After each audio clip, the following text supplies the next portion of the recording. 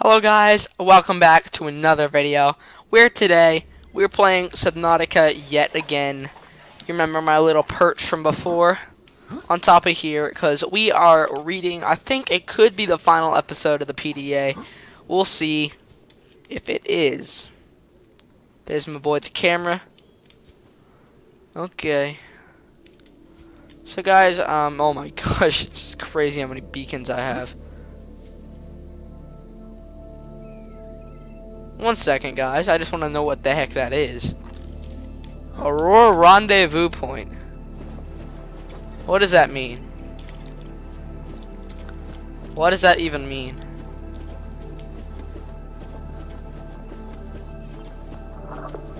I wonder. Here comes the epic music.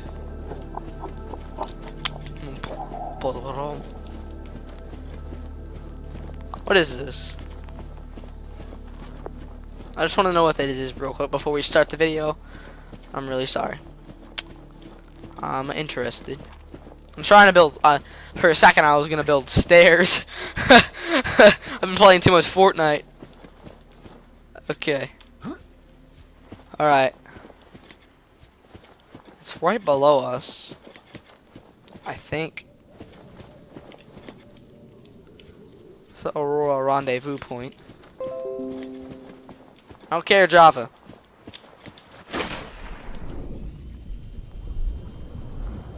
Alright, where are we? This is the Aurora Rendezvous Point. You can't oh. Abandoned PDA. Integrating new PDA data. Huh?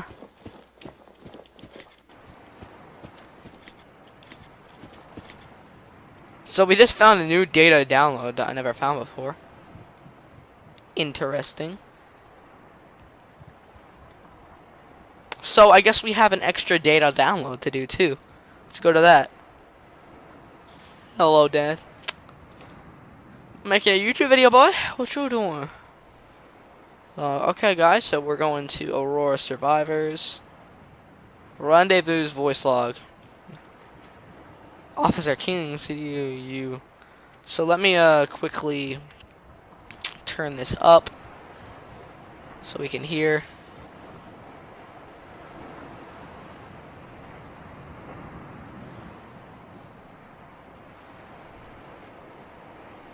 I think we're good.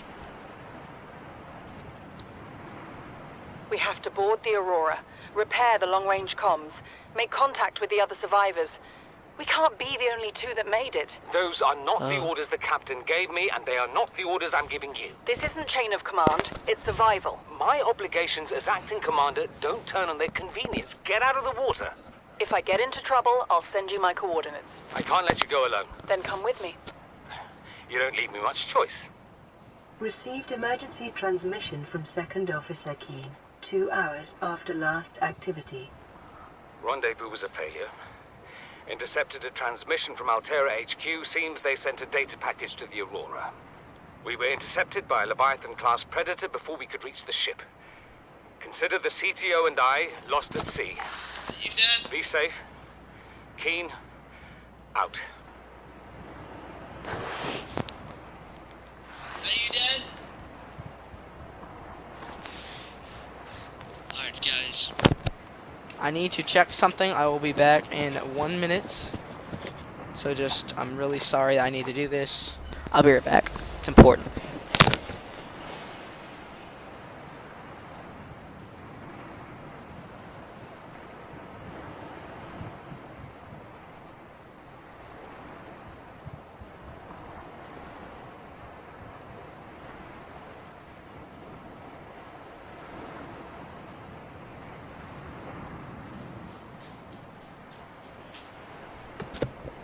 Alright guys, I'm back, but I'm dumb, I forgot something else. I'll be right back.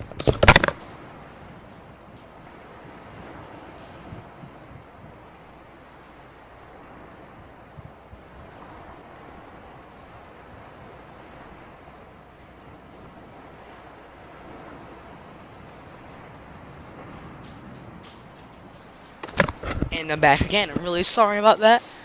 I really hope Okay, that calming seawater worked to entertain you. Oh, you probably skipped to where I am again. So, let's continue. Alright, I'm sorry guys. Now, we're going to go on to the part we've all been waiting for. Indigenous life forms. Here we go, guys. Let's start off with coral. Brain coral. Hold on, let me turn down the volume first because I don't want to interrupt me. Alright, a permanent growing colony of microscopic organisms. This coral species has adapted to filter carbon dioxide from the environment using the carbon to build up the colony. From the I'm sorry. I'm so dumb. And expelling the oxygen from specialized exhaust funnels.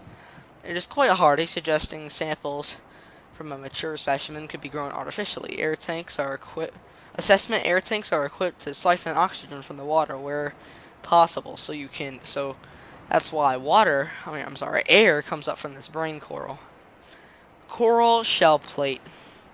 This variant of coral has adapted to survive in close proximity to other corals, filtering nutrients in the water and sharing them via a spore-like substance which grows around the base.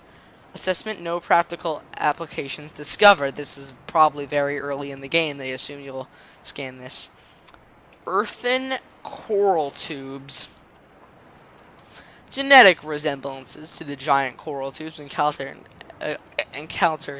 elsewhere suggest evolutionists. I'm not even gonna say it. Let me wait till it happens where it's done. Specializing in growing in smaller, denser packs at deeper levels. Assessment: no practical applications discovered quite yet in the game. Well, like at the beginning of the game. The giant coral tubes. The variety of coral formations on planet 4546b appear to be different solutions to the same problem by maximizing water and nutrient flow throughout the colony. These particular variants funnel water down a tube, filtering nutrients as they pass. Their size suggests they have been highly successful. Assessment: coral tube samples are rich in calcium, exploitable in bleach fabrication. Booyah. Table coral. Each disc is an individual colony of I'm just kind of tired. Microorganisms filtering nutrients in the water. Growth patterns indicate that the colonies are in direct competition for positions with superior current or light. Unlike coral species, its structure is malleable, softly pulsating as it pumps nutrients to its extremities, and only turning rigid when it senses physical assault. I almost broke my mic. The jewel-like nodes in the surface are concentrated buildups of rare minerals the coral is unable to process. I don't know how that's proper English, but okay. Assessment: exploitable in computer chip fabrication. Really? Tree mushrooms. Really? Really? Tree mushrooms. Okay. Alright. Analysis of these large organic structures reveals a microorganism of cohabiting, and competing life forms. The main trunk is a species of coral. Some colonies from up to 50,000 years old. The caps which line it share more in common with earth fungi. I'm not even sure. Yeah, the Earth isn't even 50,000 years old. That's not right. The caps which line it share more in common with earth fungi. Other organisms grow in the structure wherever there is space and light. Surrounding waters are dense with herbivorous life forms in the 1 mm to 10 mm range.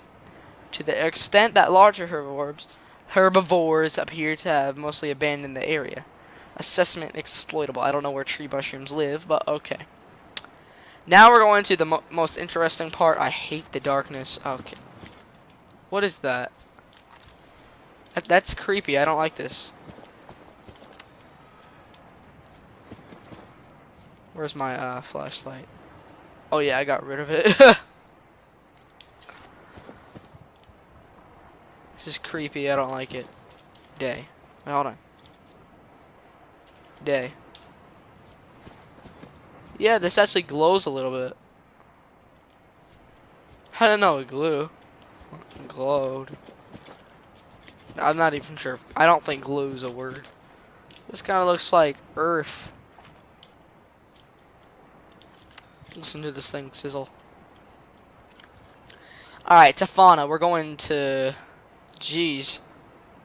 Deceased? I mean, that means it died. Alright, carnivores. Ampiel. This thing is dangerous. Oh, it's only in the middle? How is it not more dangerous? A powerful and inquisitive predator found inhibiting the deeper waters of reefs and bulb bush colonies. So, it is found in, I think it's found in, I know it's found in the Kush biome, where electricity is. I think it's also found in sparse reefs and blood kelp. I hate blood kelp. Blood kelp can go kill itself. I hate it so much. I'm just kidding. Okay, blood kelp is pretty creepy though. Torso-mounted electrical prongs. Torso-mounted prongs generate a powerful electrical current, which the ampiel uses to incapacitate its prey. Jaws are large, flexible jaws, studded with sharp teeth. If a faster, stronger, and hungrier predator lives on these reefs, it appears to avoid the ampiel. What? You gotta be kidding me. Avoid or incapacitate. Alright. I'm surprised it's not more dangerous up here. Jeez. Biter. Oh man, I hate these things sometimes. They can be pretty annoying. Alright. Oh, look. On the ampiel, can you see, like, echolocation? Look at that. Look at them teeth right there in the bottom right corner of the picture. It's almost as dangerous as the shocker or ampiel, because ampiel used to be called a shocker. Oh, we'll get to the blighter next. So it's not even as dangerous. Oh my gosh. It says the blighter is actually more dangerous than the shocker. Alright, so this is the biter. Let's get to it. Vicious pack hunting predator. 94% muscle, 4% connective tissue, and 2% brain. Okay. Alright, now one, right here, specialized olfactory antenna, cause, oh yeah, you see the 1, 2, and 3. Shows the different pieces of it. Alright, employed in detection of bodily fluids in the water at impressive range, the eyes. Secondary pair of eyes, likely dedicated to detecting the peripheral movement of larger predators and hungry members of its own species. So I guess they could kill each other. Okay. Overdeveloped tail fin. That favors outpacing and outnumbering the prey over individual maneuverability. Calculations suggest creatures up to 100 times the biter's body weight could succumb to a focused assault by a pack of 10. So they could get killed by that. Avoid packs. Try not to bleed. So these things are actually pretty dangerous. And this is a blighter. Remember, biter, blighter. Looks a lot more dangerous and creepy. I hate these things. These are in the blood kelp. Small predator that shares close resemblance. Hold on. Oh, it has like weird eyes. It's like glazed over. And how is the ampiel not even as dangerous as a biter? A blighter. Jeez, I'm surprised. But it tends to be more solitary, less aggressive? Less solitary. More solitary, less aggressive. I'm actually surprised. I'm confused. Oh, now look at the antennae. Olfactory stalk with a red tip protrusion on the blighter's head once served as sensory apparatus, as it adapted not to chase but to coax its prey into its path. As prey creatures are attracted to the dancing of the stalk, the blighter can dart forward, catch, and consume them. So it's basically an anglerfish. Teeth. Look at them teeth, boys. Just like the blighter is extremely dangerous. It's like its threat level is even higher than the biter. How even? How even? I don't even know. Alright. 1 row of sharp piercing teeth is all the blighter needs to tear through its prey. I don't see a 3 looking at its eyes, but look at its eyes. The creature has found little use for eyes in the deep dark caverns it inhabits. And it has eyeballs that are lightly sensitive to nothing more than broad fluctuations. Tell me what that means. And local light sources. E.g. when a meal is crossing its path. Avoid or incapacitate. Because these things are pretty creepy. Bone shark. These things are super dangerous. Pretty much as dangerous as a blighter. This thing's only as dangerous as a blighter. I'm surprised. I mean, the blighter is pretty dangerous. I'm surprised. Okay. A large and powerful predator. It lives in small groups and fiercely defends its hunting grounds. Thickly armored exoskeleton. Look at one. I guess that thickly armored head, mostly, is the main protection. Suggests defensive adaptation, either to larger predators or in species aggression. Marked similarity to the segmented exoskeleton of the sand shark, suggesting a relatively recent common ancestor. Look at its large eyeballs. That's not where 2 is at all, but okay. Consistent with high light sensitivity, likely for hunting luminescent prey in low light environments. It's generally slow. There are 3. Generally slow and unresponsive as a means of energy conversation.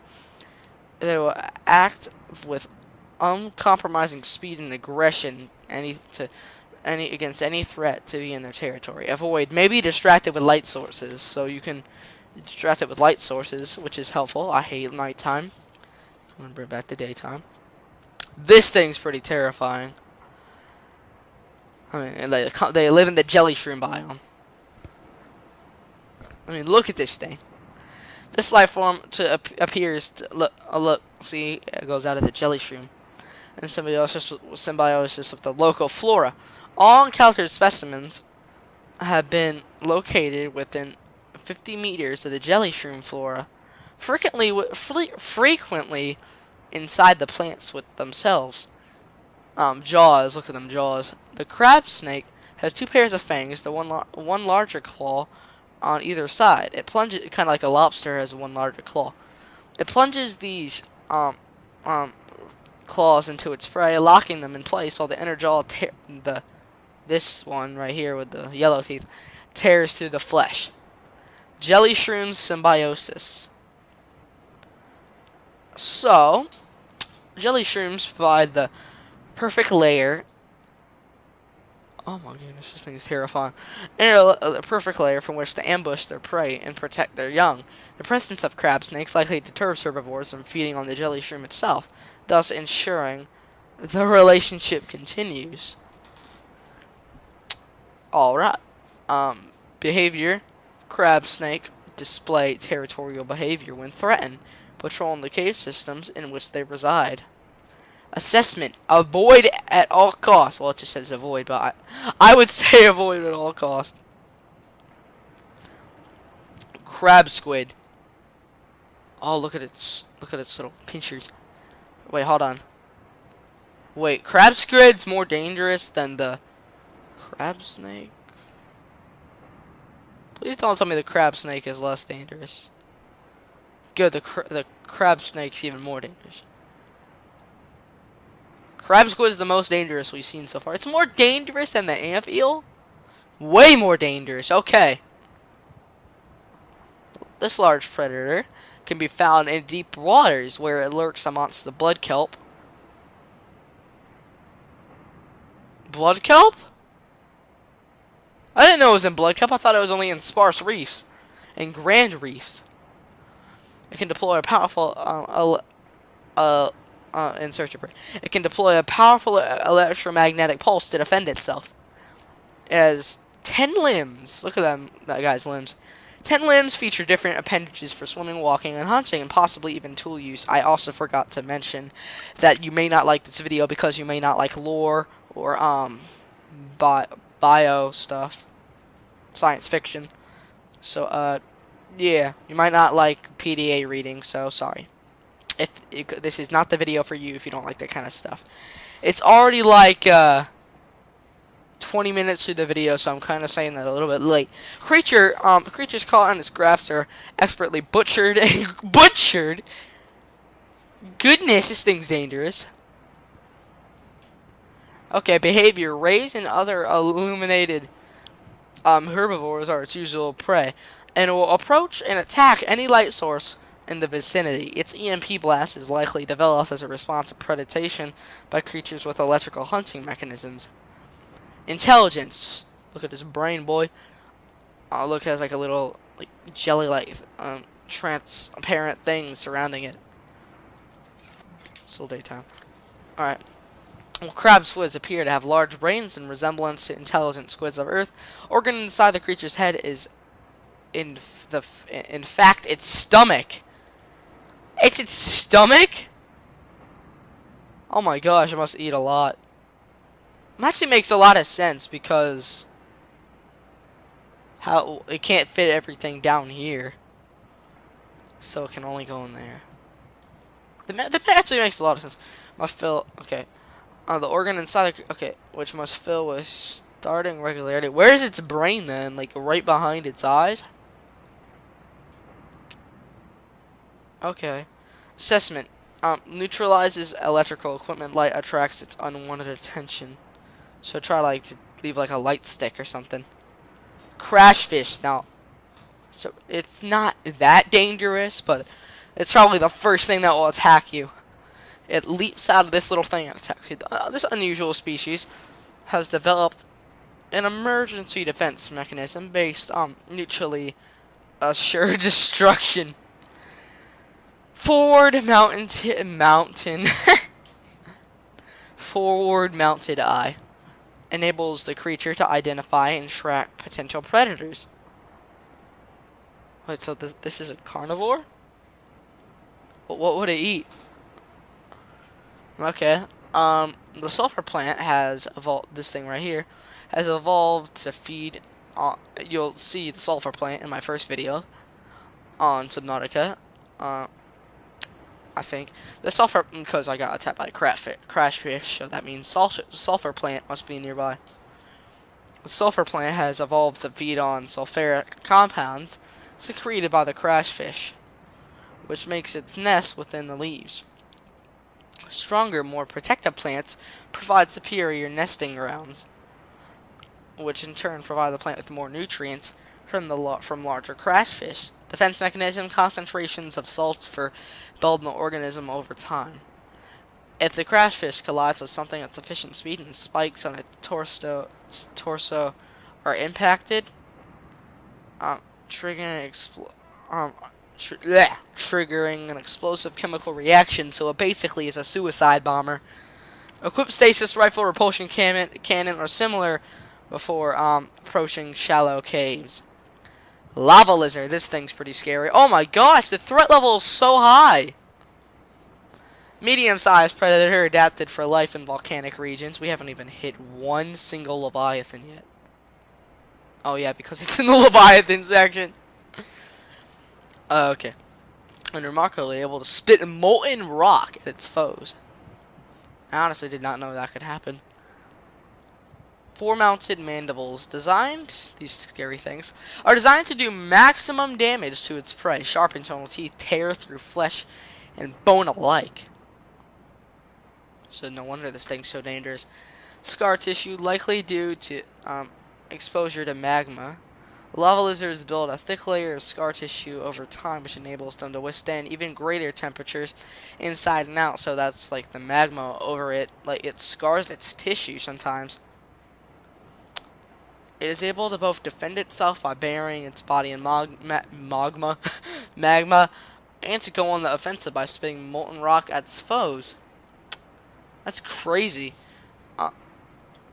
Avoid, especially in the presence of lava flow, or basically that's where this thing mostly is. Look at its temperature it can get through. Oh, wow, and it's nighttime. Back to day. I love making it day. Hate nighttime. Anyway, Mesmer. This thing's pretty terrifying. Look at its teeth. Small, carnivorous life form with a unique hunting mechanism which enables to hypnotize its foes. Oh, just basically, it doesn't really hypnotize. Well, hypnotizes me, but it attracts its prey. If you don't want to see this, skip to River Prowler. Which I honestly don't even know what... Oh, yeah, I remember what it is now. It's in the Lost River. Outer wings. The Mesmer swims using a number of wings, which can be angled forwards on approaching its prey. Tiny lenses on the surface can be tilted independently to create mesmerizing patterns in which flood the victim's brain with enticing messages, interpreted whatever form is the most convincing by the target. So it's not that threatening, but it's pretty scary and annoying. I hate this thing. This is my least favorite thing in the game. One of my least favorite. One I remember once the Sea Emperor was talking to me, and I thought it was a mesmer. Oh jeez. Oh yeah, this is weird. The mesmer can open the jaw-like recess in its protective outer shell in order to error 463 share its beauty. Do not resist. Assessment. Draw closer. That's really creepy. It even affects the technology. It even affects the technology. That's creepy.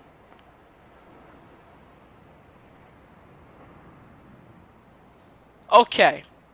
Yeah, I'm not going to draw closer. But it like forces you to draw closer in the game, which is really weird. If you want to see what it does, I'm not going to show you. I hate it so much. It's so creepy. River prowlers are so dangerous. Oh my gosh, look at the threat level. Fast, agile predator discovered at great depths. Yep, it's like at the Lost River, boy. Fast, agile predator discovered a great... Oh, yeah. Jaws. Look at its jaws, boy. Powerful jaws. Used for both salvaging prey and warding off larger predators. Torso. Its eel-like torso is highly vulnerable. Consisting predominantly spinal column and cartilage. Shows significant overlap with other eel-like predators on 4546B. So aim for the torso. Aim for anything but the head. Attack profile will aggressively keep its jaws facing its opponent, but smaller, faster life forms may have the advantage. Assessment. Avoid. Sand shark. This thing isn't as dangerous, but I hate this thing. You can see its little peeking above. A powerful medium-sized predator that burrows into the sand and ambushes its prey from below. As with many predators, it may be possible to temporarily distract sand sharks by feeding any hungry specimens that draw close. So basically this thing, look how many teeth it has. And it looks like a bug. It's creepy. Not as creepy as the mesmer or the blighter. Man, I hate those things. The unusual location, well, my least favorite place to go is a blood kelp, by the way.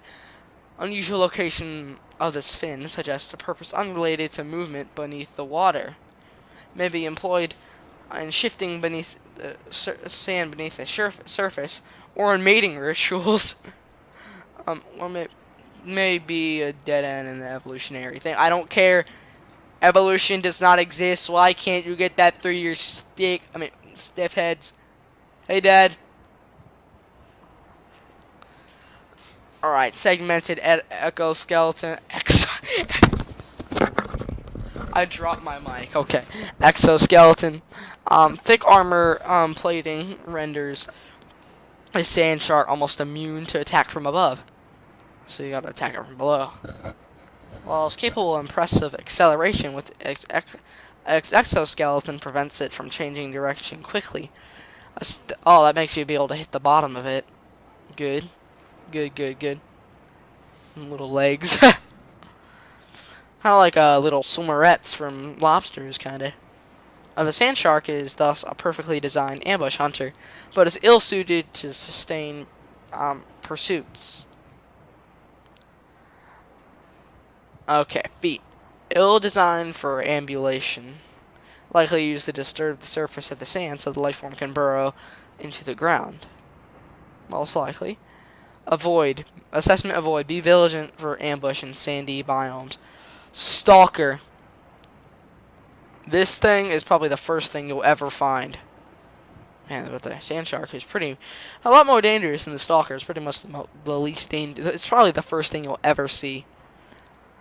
Alright, a streamlined predator. And look at its. Hold on, I forgot to look at pictures. Look at its teeth in the bottom left corner of like that little thing. It shows you the teeth. Whoa. What is that behind me? What was? The shadows are really good in this game. Day. Oh, caps lock on. Day. Day, you fool. There we go. Now, a streamline predator encountered in the kelp forest, in weight of prey, leaving the safety of the shallows to feed. So it goes for the hoverfish and stuff. The stalker likely carved out its evolution. Oh my gosh, stop. I'm gonna ignore all the evolutionary stuff. Stalker, because it doesn't exist. The stalker appears to be attracted to titanium deposits, which tend to sharpen and put stress on its teeth. So it uses it to sharpen its teeth. It also like moves around cameras, which is so annoying. As with many predators, it may be possible to temporarily distract hungry stalkers by feeding them. Teeth. The stalker's teeth are unusually hard and fast-growing. Its elongated snout can deliver huge biting pressure to larger attackers, which also being used to reach smaller herbivores seeking refuge amongst the rocks. Night vision. I mean, seriously, look at this thing's mouth. It's insane. Alright. On night vision, retinal layering on the eyeball suggests adaptation for nighttime hunting, so stay away from the kelp biome at nighttime. And I don't even like to go anywhere at nighttime. In nighttime, I just stay in the shallows, or I actually just stay in my escape pod. I don't even go anywhere at night. I hate nighttime in Subnautica. Dorsal ridges. These ridges can be moved independently to deliver superior maneuverability. Pelvic fins, long and powerful. The stalker has evolved. Oh my gosh, it has not evolved, people. Oh my gosh, I hate how there's so much evolution in this. It is able to hunt the fastest of prey. Assessment: stalker teeth may have application in enameled glass fabrication. Stalker teeth. Extended analysis of acquired dental samples have been completed. Samples match to the species designated stalker. Stalker teeth exhibit extraordinary lightness and strength, and contain only trace amounts of calcium. Really? Wow, that's crazy. Barely has any calcium. The edges show signs of wear and are studded with metal flakes, providing evidence that stalkers chew on metal deposits in order to sharpen their teeth. Assessment applications as natural substrate or enamel glass fabrication.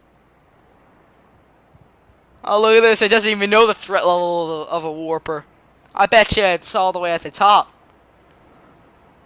An aggressive warper, an aggressive creature with the ability to teleport itself and others in space. Like some... Oh my gosh, so it's meant to be in space too.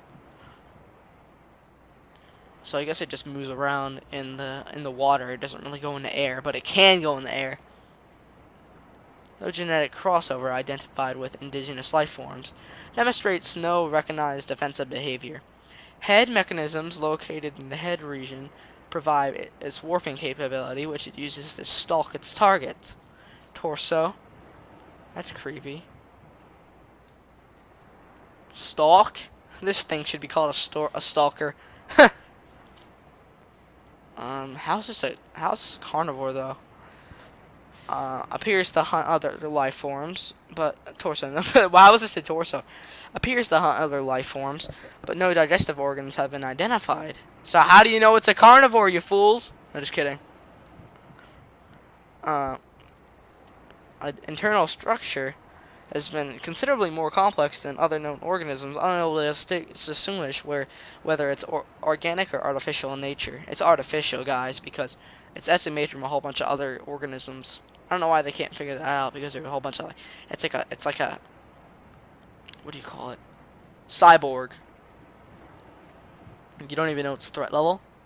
You don't even know its threat level? You sadden me. Anyway, let's go to deceased. Or gargantuan fossil in the Lost River. This only shows the skull. I'm going to show you the entire thing in a second. The fossilized remains of an extinct super predator. Its sheer size would have prohibited it from entering such an enclosed space. Suggesting the geography of the planet has shifted around over time. A true apex predator, or maybe it grew too big for the area it was in.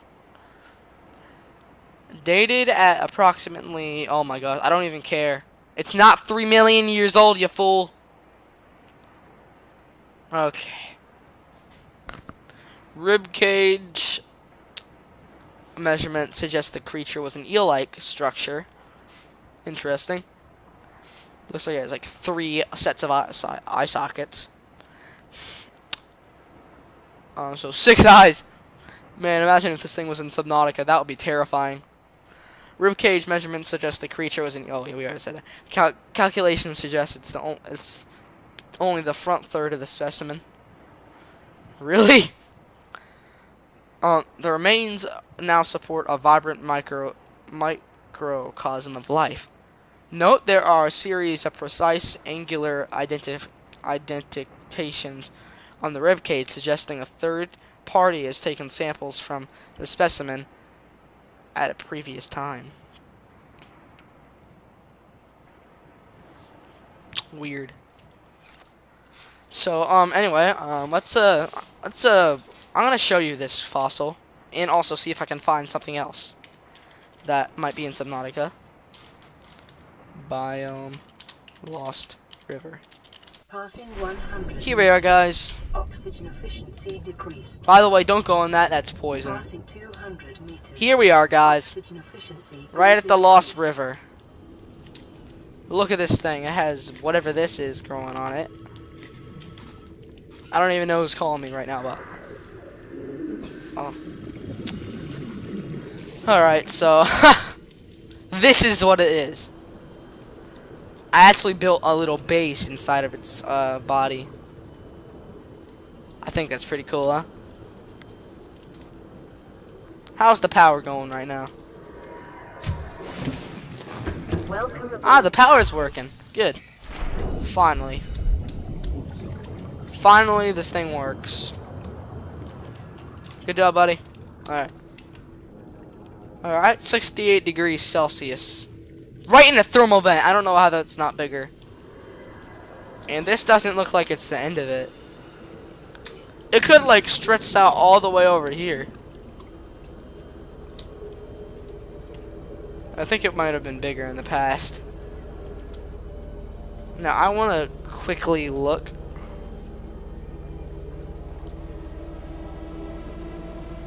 I want to quickly look and see if I can find The Lost River Tree. Oh look, this is a mesmer.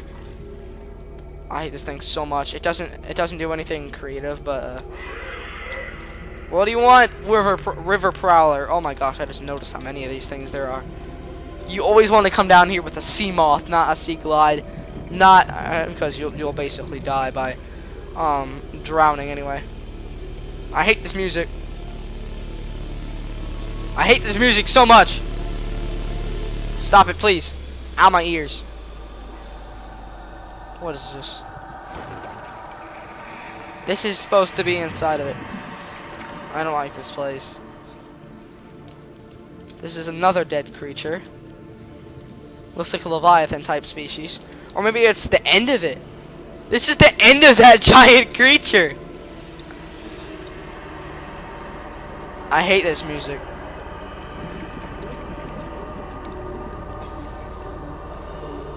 This is the waterfall, or poison fall.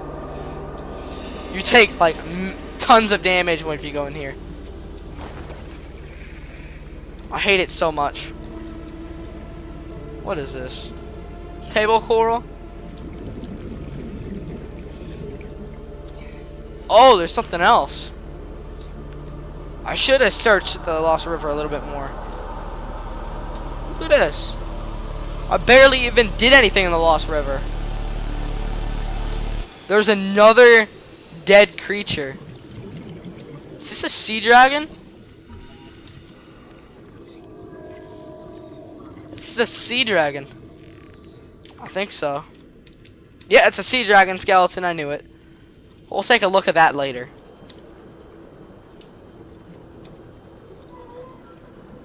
Here we are, guys. This is what I was looking for. Oh, not this thing. Oh, I haven't even taken anything of this. I haven't even done the ghost ray yet. Good thing I came here. I almost missed this. Here we are, guys. It's a giant tree. What is this? Is this still poison? Look how many ghost rays are here too. They're completely harmless. Yeah, this stuff isn't poisoned anymore. You get your lithium.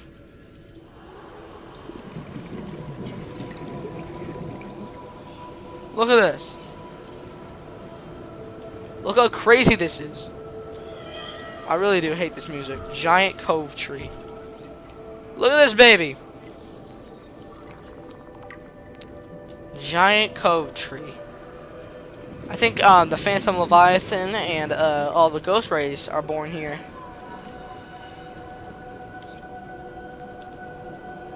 This music is just too much. We're gonna go even deeper. I'm so slow. Go faster, buddy. This is what happens when you crash on an alien planet. Many weird things. Titanium.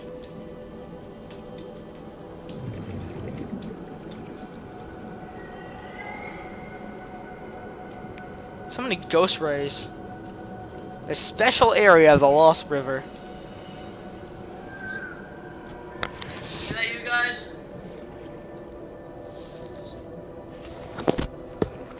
Alright, guys. Sorry. What is this? Oh, deep shrooms. Very interesting.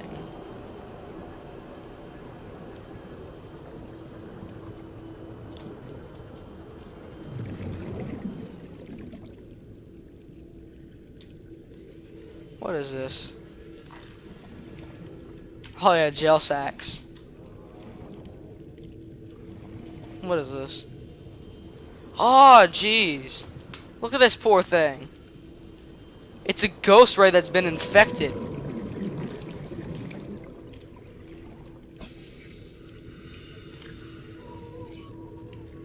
This thing's such a poor thing.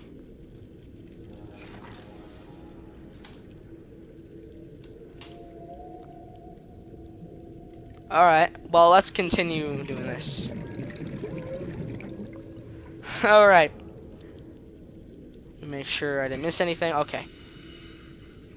Remains of research specimen. Hey, Dad, that you? Good. Alright. Now, you guys all remember this from the Lost River alien base. Go to that video and you'll see this.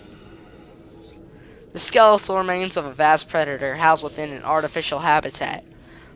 The environment constructed to house the specimen suggests it was kept alive in the containment for research purposes for months or even years. Organic matter indicates the habitat once supported extensive plant life, though it was since decayed. With the facility collapsed, the specimen was either left to die or killed on the spot. I can't even hear right now. This place has too much noise. Alright, warp. It's too much noise. Is that you, guys? We're still in the Lost River. Okay. This one won't have anything in music. No, I'm not gonna read the evolution. Oh, it actually does look like a biter, kind of. It says something about evolution. I mean biter. Alright, ribcage samples. A display case containing an array of rib cages harvested by the indigenous life forms. There is a particular focus on the instance on vertebrate skeletal structures. While some of these skeletons match organisms encountered on the planet so far, most cannot be matched with confidence, suggesting either that they are a species not yet accounted for, or that they have been extinct since the samples were collected. Alright, hold on. Biome. Lava zone. I think there was something else I missed. I feel like there's another skeleton that I missed. I can already hear the sea dragon. By the way, did I get this lava ray? I did. Alright, now I feel like... Oh goodness. When you see this, you're pretty much, nope, I'm gonna die for sure. That thing's a sea dragon right there. That's terrifying. Yeah, I think it was up here. Somewhere. Crazy how deep underwater you are. The lava zone's the deepest you could possibly go. Except for the dead zone. You can go like 3,000 feet deep.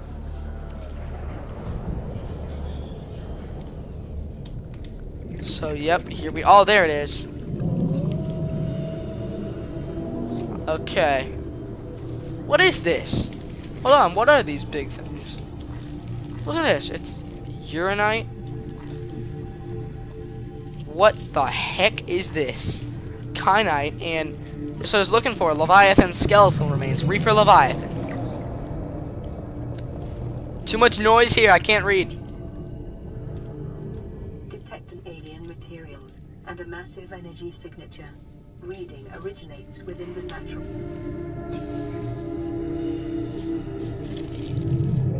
Okay. Alright, warp. We're back here. Please stop the music.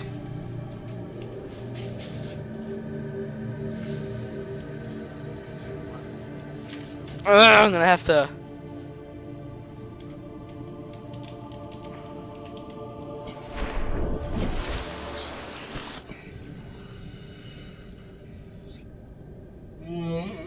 Oh, jeez. Yep. This is a bad idea. Because there are like a million Leviathans. I think they're shutting up now. Perfect.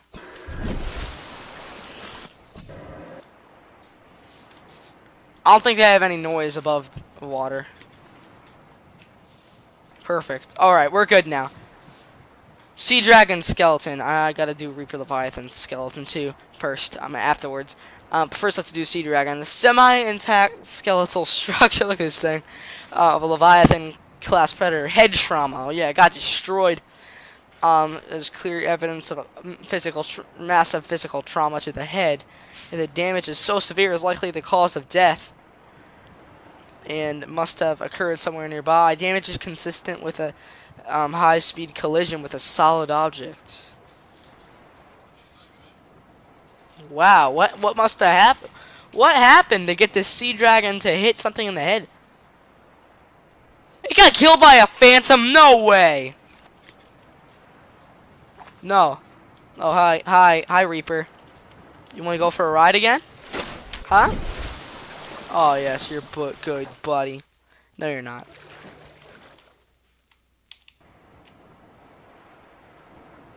Yeah, so I guess the Phantom Leviathan must have hit it. Because that's what it does. Aids something in the environment as helped preserve these remains. But the calcium decay suggests the approximate time of death 1,000 years ago. Bone growth suggests the creature was in egg-laying stage of its life cycle. Good, no more baby sea dragon leviathans. And now the Reaper. My boy the Reaper, I'm sorry you died.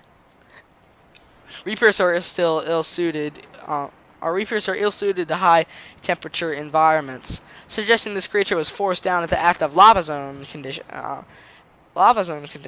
outside of its control. So it got pushed down into the lava zone. Ooh, and that got burned. Trace muscle tissue remains in the bone, indicating the specimen died in recent months. So it died. It just died. Poor thing. Burns and other physical damage to the skeletal structure. Been burned. Told you guys. Likely became prey for something bigger afterwards. Okay. Herbivores large. Crimson ray. That's what I accidentally called a lava ray earlier. Thick scaling. Scales formed on the skin protect this ray from extreme temperature. Look at the phantom. Ah! How is it even doing that right now? That doesn't even make sense. Okay. Scaling. Scales formed on skin protect this ray from extreme temperatures, allowing it to survive in areas unpopulated by competing scavengers. Forward-mounted eye sockets suggest a predatory oh my gosh, no. So it's saying it used to be a predator? How is this? Okay, inedible. That's the assessment. Alright, gasopod. This thing has a small threat level. It's very... No, normally not dangerous, but probably the least dangerous that dangerous can be. Slow-moving life form. Slow-moving life form. And one of the larger herbivores. Don't get me underwater! I'm gonna ride you. I will do it. Okay, maybe I'm gonna go inside of you by accident. Stop that. I don't appreciate that at all. Well, there's something I could.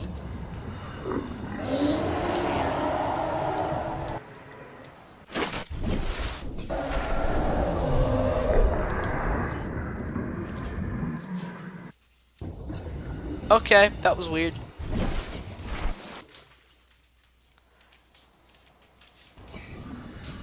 So now I can scan something nearby. Myself? Okay. Oh, these things are way too loud. Alright. Yeah, on the planet. Providing a substantial meal to the would-be predators.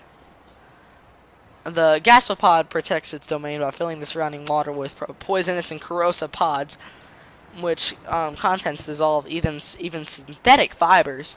Look at it, it's like a gas mask. Like filtration system. Thick, non-reactive skin and multiple gill layers render this creature impervious to noxious acid as it produces. Alright, abdominal muscle. Okay, interesting. A bulbous sac-like appendage on the rear end. A luminescent yellow algae grows inside the sac and produces the poisonous compound. Abdominal muscles can contract, causing the algae gland to emit the noxious compound into the water. That's very interesting, guys. Hold on, guys. I'm gonna have to be a little bit more quiet, guys, because there's this guy here that is doing looking for termites. I don't really want to distract him, so I'm gonna have to be a little bit more quiet. I'm really sorry about that. I'll be as loud as I can possibly can. I'm gonna see if I'm actually talking loud enough. Yes, it's in the yellow. Okay, I'm good. Oh, okay. All right, never mind. My dad says I can talk as loud as I want. All right. Large pelvic fins capable of powerful movement through the water when moving in small herds. Behavior of gasopods appear to be in social in nature and may even use their emissions in their relationship rituals. That doesn't make any sense to me, but okay. I think that means they may use their to mate, I guess. I'm not 100% sure though. Their audibles calls are likely signifiers of nearby threats or food sources. Approach with caution. Acidic pods may be retrieved and repurposed. I don't know how you're supposed to do that, but okay. Maybe hit it with a stasis rifle so it doesn't corrode. Ghost ray. This ray species has adapted to deep sea conditions.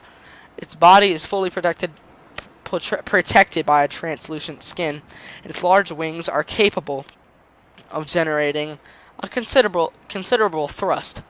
Poisonous flesh. Oh, geez. As is common for rays on 4.546b, the ghost ray's flesh is inedible, making it one of the more resilient herbivores. Feeding behavior feeds on plant matter that has settled on the ground in deep sea caverns. Assessment inedible. Jelly ray. This thing's pretty crazy. Crazy cool. It's poisonous. It's poisonous, people. Don't eat it. It's poisonous. This species has adapted to low light environments. Hello, sir. Just making a YouTube video here. Yeah. Yeah. Gaming. Sorry, guys. I'm advertising my channel. You gotta do it. Yeah. Channel's called JCL Boss Your Fans. Yeah. So, okay, back to the jelly ray. Luminescent body. This adaptation may be help to light the surrounding area for foraging, ward away predators, and identify the organism to others of its kind. Light sensitivity smaller creatures have been swimming in the jelly ray's wake to take advantage of the light source for their own needs, and the ray itself will approach light sources, perhaps mistaking them for others of its own species. Weird, but cool. Rabbit ray. Look at this thing. 9 ears. Look at its gills. That's really cool. A herbivorous aquatic life form, rabbit rays appear to live serene and solitary lives with few predators and a natural sense of curiosity and awesomely poisonous flesh.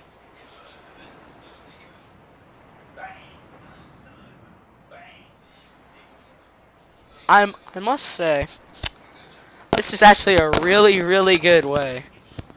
A really good way of filtering out extra sound. Get the Logitech headset. It's really good. That's what I'm using. Alright. Natural sense of curiosity and awesomely poisonous flesh. Ears, twin orbed appendages mounted on the head, sense vibration in the water. Undulating wings, oh, that's cool, like a wave. Markedly similar method of transportation to that of Earth rays. Zero genetic resemblance detected, suggesting these two species independently developed similar solutions to their environmental circumstances. Evidence indicates that its large side-facing eyes are relatively recent adaptations. Okay. Kind of looks like human eyes a little bit. It's likely that they are related ray species in other environmental biomes on the planet. Inedible but harmless. I don't know why it says it all. I don't know why it says it like that, but none of the others do. But okay, let's change it to day. Okay, it's a gasopod. They normally don't come to the surface, which is kind of weird. Okay, they're doing it right now. We already talked about the sky ray in a past video, so we're not gonna do it this time. Man, how long have we been doing this? An hour. We just hit an hour a few seconds ago. Let's keep going, guys. Oh my gosh, there's 39 flora. 39 flora. This is ridiculous. I'm not sure if I'm gonna complete this, guys. But I'm gonna read. All right, guys. I'm gonna go to start. If you're reading this, you survive emergency evacuation of a capital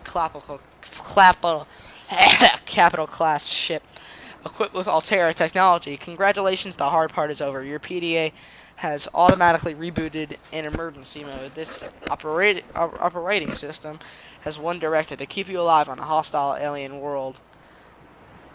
If that is not possible, it'll alert salvage teams to the location of your remains. That is so mean.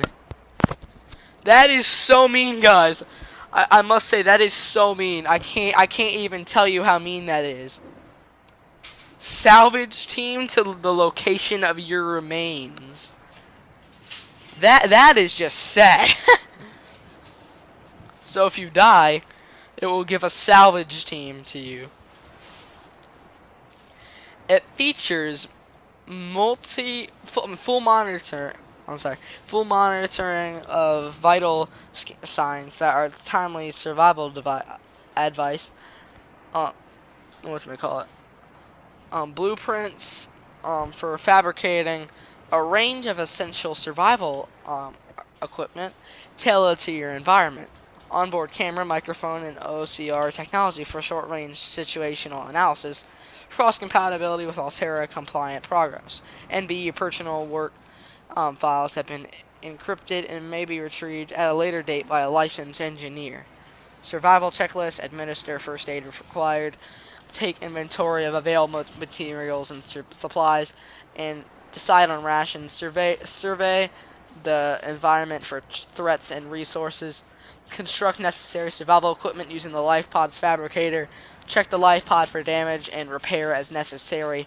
Broadcast local distress signal using life pod's short-range radio. Locate other survivors using line-of-sight or the radio.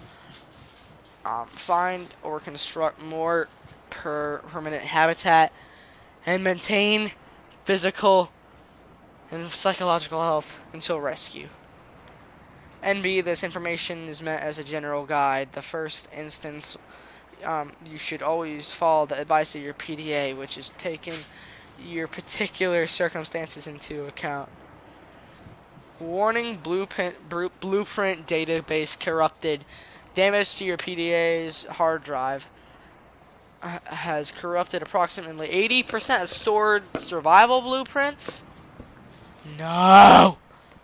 Blueprints may be reacquired by scanning a salvage technology using the handheld scanner, or by downloading plans from a shipboard data box. In the circumstances, these assets will most likely be found amongst the wreckage from the Aurora.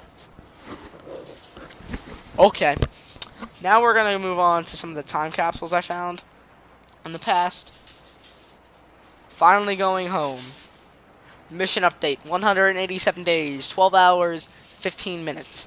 Alien weapon system disabled. Launch is at T15 minutes. This planet is a level 5 hazard. Avoid at all costs. That is a guy that recently recently finished Subnautica.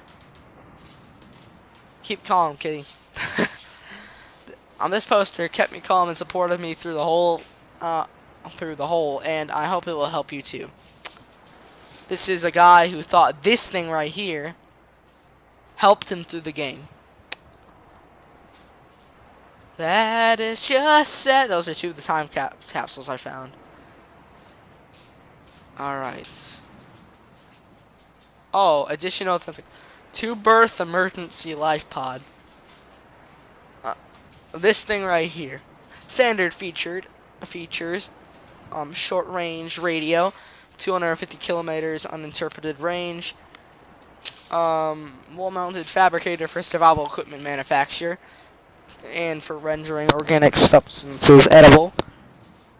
Medical kit fabricator, onboard air brake and flotation devices for land, sea, or space recovery. And then we have solar power cells ×3. Emergency exits on floor and roof.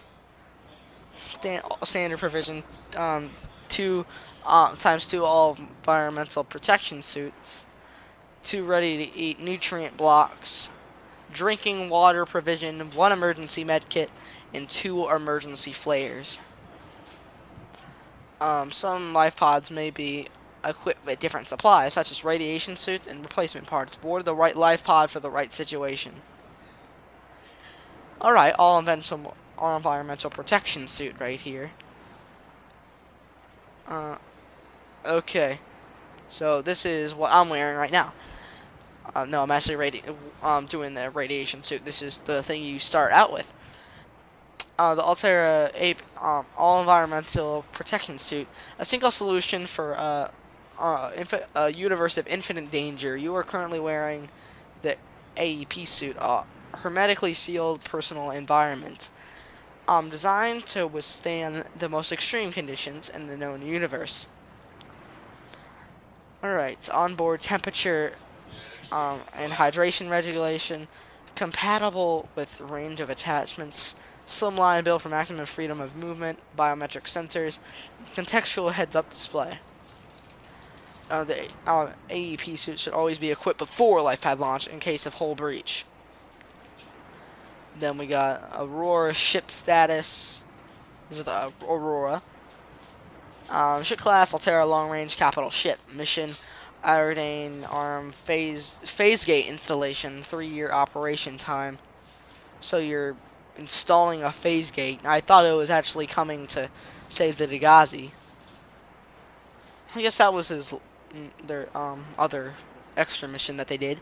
Command team 23, engineering team 85, support crew 40, and 9 passengers. I wonder what I was. Oh no, hold on guys, 1 second.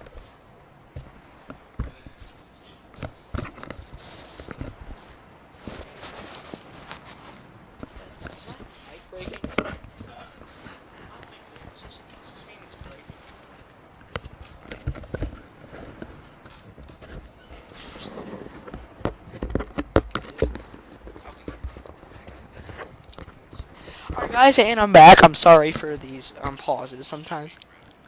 For maneuverability. Oh, okay. Thanks for telling me that. Thanks, Dad. I just want to make sure.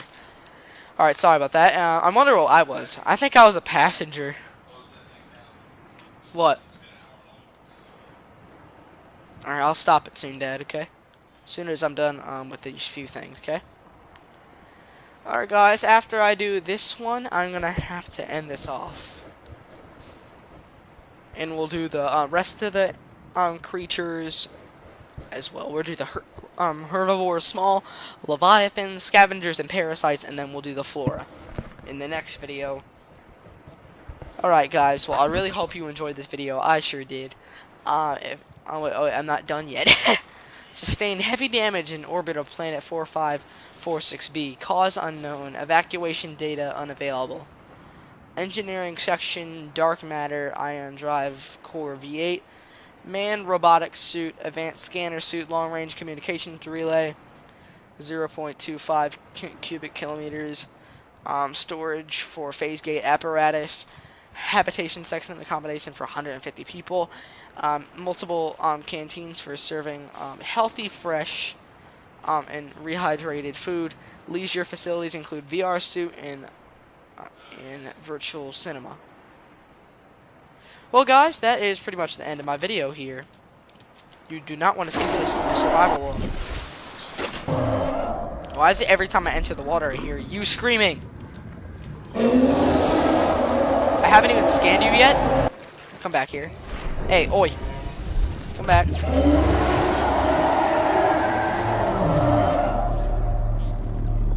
There we go, buddy. There you go.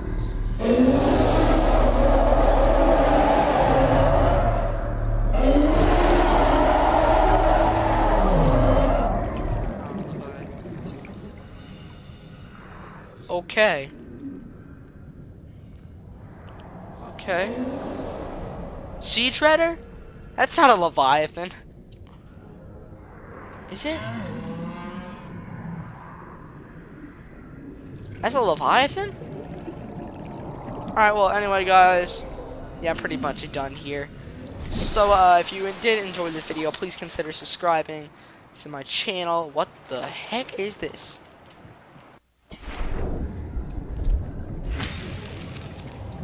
Something weird has happened to my world. There's a random glowing mushroom. And this thing's stuck.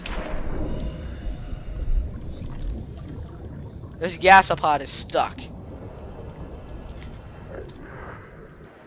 Anyway, guys, yeah, that's the end of the video. Please consider subscribing if you haven't already, and hit that like button. Oh, geez, I haven't even done this either. I'm so dumb. Yeah, so that is basically it. So make sure you also check out Ultra Screen Boss, Phantom Hunter 176, and the Chaz Man. I will see you guys in the next video. Bye bye.